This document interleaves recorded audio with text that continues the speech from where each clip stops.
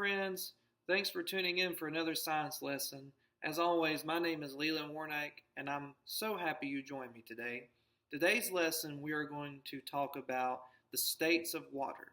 The standard we will cover today is GSE Standard S4E3 Part A, and it says, plan and carry out investigations to observe the flow of energy and water as it changes states from a solid or ice to liquid or water and into a gas or water vapor, and it changes from gas to liquid to solid. Our learning targets today are: I can plan and carry out investigations to observe water changing states, those are solid, liquid, and gas, and I can observe the flow of energy in water as it changes states. So I want you to think about two questions. Have you ever seen all three states of water? And have you ever seen water change from one state to another? Pause the video and think about your answers.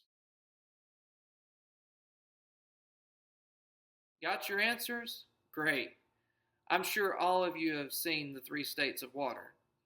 And many of you have seen water change states, but you might not have even realized it. Also, you might remember learning about the three states of matter from second grade. And you may remember studying how heat flows or is transferred in third grade. Remember, the three states of matter are liquid, solid, and gas. In our case, this is liquid water, ice, and water vapor. Maybe you have seen water as a liquid coming out of a faucet, or maybe in bottles. Maybe you've seen water as a liquid coming down as rain, or becoming snow as it's freezing. Maybe you've seen ice from either an ice machine or on a really cold day, like on the ground. Maybe you've seen hot steam coming out of the shower when you got the water really hot.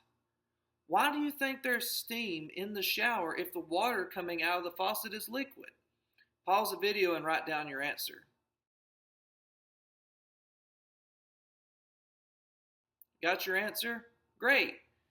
This is an example of water changing states. In this example, water is changing from a liquid to a gas. So why is this happening?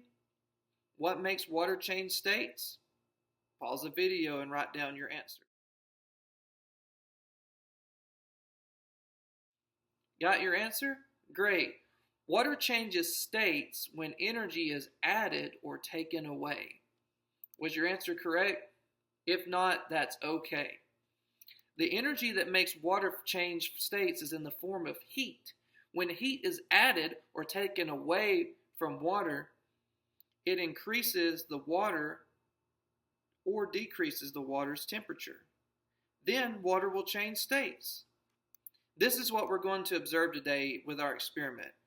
This experiment is going to involve using lots of heat, and that water may get really hot. Therefore, make sure you have a parent or guardian present to help you with this lab. Remember, safety is the number one thing when doing any lab. For this lab, make sure you have a oven mitt or a pot holder or something similar for handling the hot items, but have the adults assist you with this.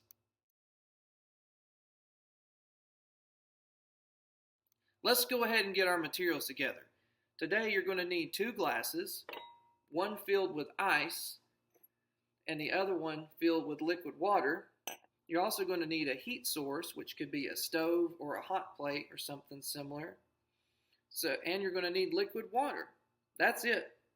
Go ahead and get your materials together. To begin, go ahead and put some liquid water in your pot and place it on the stove. And turn the stove to medium or high heat. I might have forgot you also need a pot.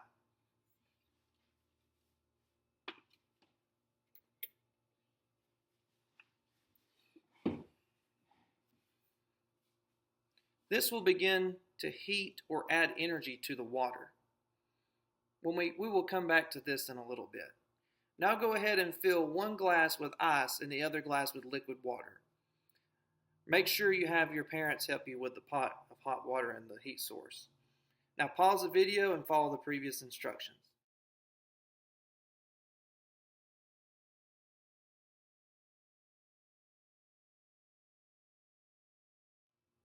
Now that you have your water heating, take a look at the ice in the glass. What does it look like? Does it fill up the whole glass? Touch the glass or maybe pick up a piece of ice. Is the glass or the ice hot or cold? Yeah, the ice is cold. Water starts to freeze at 32 degrees Fahrenheit or 0 degrees Celsius. So what that means, when energy is taken away from the water, it cools and starts to freeze. You can experiment this yourself really easily. Just take some water and put it in an ice tray or a freezer-safe container and place it in your freezer for an hour or so. Come back and you should see water has frozen into ice. For this experiment, I got my ice out of my freezer's ice machine. It takes the liquid water, places it into an internal ice tray and freezes it. Then I get ice. It's that simple. I love technology.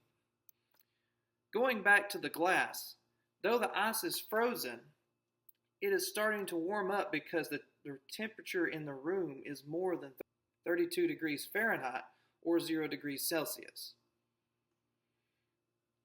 Ready for the next part of the lab? Great. Take the full glass of water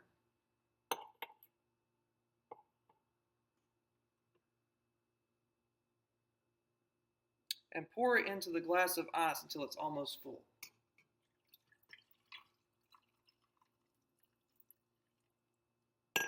Pause the video and take a moment to observe the water and the ice.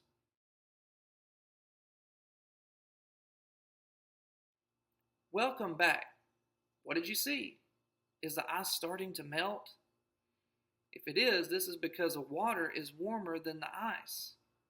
And when you pour this warm water into the ice, the warm water starts to melt the ice in the glass.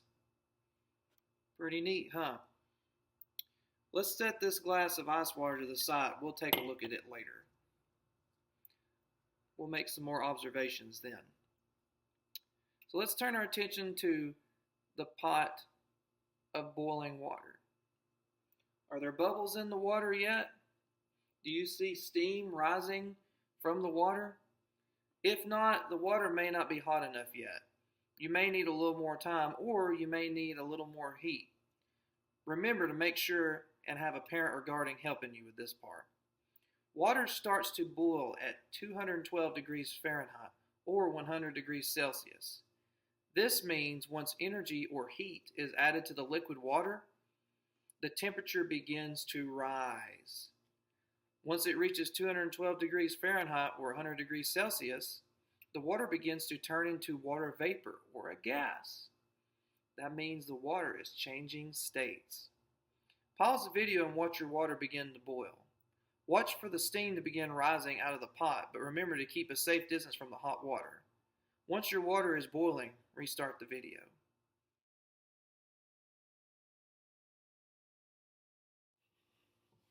Welcome back. Wow, isn't it neat to watch water boil? You aren't just watching water boil. You're watching water change from a liquid to a gas. The water changing states is called evaporation because the energy has been added to the water. Pretty neat, huh? Now, have a parent or guardian take a piece of ice and drop it very carefully into the hot water.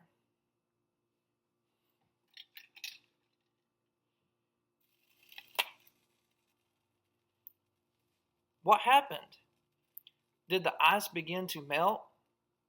If it did, this is because the water in the pot is so hot, it caused the temperature of the ice to rise and make the ice that's a solid change back into a liquid. Did the ice melt quicker than the ice in the ice water? Why do you think that is? Well, since more energy is in this pot of boiling water than in the room temperature water, it's going to cause the ice to melt much more quickly or change states. Pretty neat, huh? Now, have your parent or guardian turn the heat source off and take a clear lid that fits the pot and place it on the pot.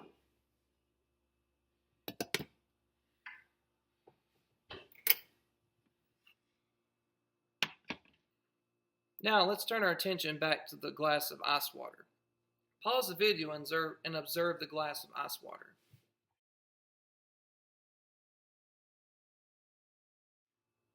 Welcome back. What did you see? Was there water on the outside of your glass of ice water? Like mine? If there was, why do you think this happened? There's water on the outside of the glass because the glass is colder than the air around it. Believe it or not, there's water vapor in all the air that's around you. When the warm water vapor in the air touches the cold glass of water, the water changes back from a gas to a liquid. This is called condensation. This is the same reason you may see your breath on a cold day or when you breathe on a cold window. This is also the reason that clouds form. Now, turn your attention back to the pot of water that was boiling. Pause the video and look at the lid.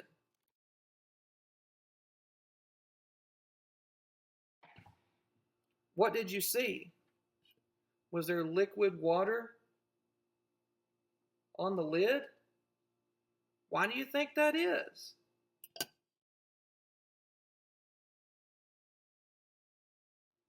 This is because the lid is cooler than the hot boiling water.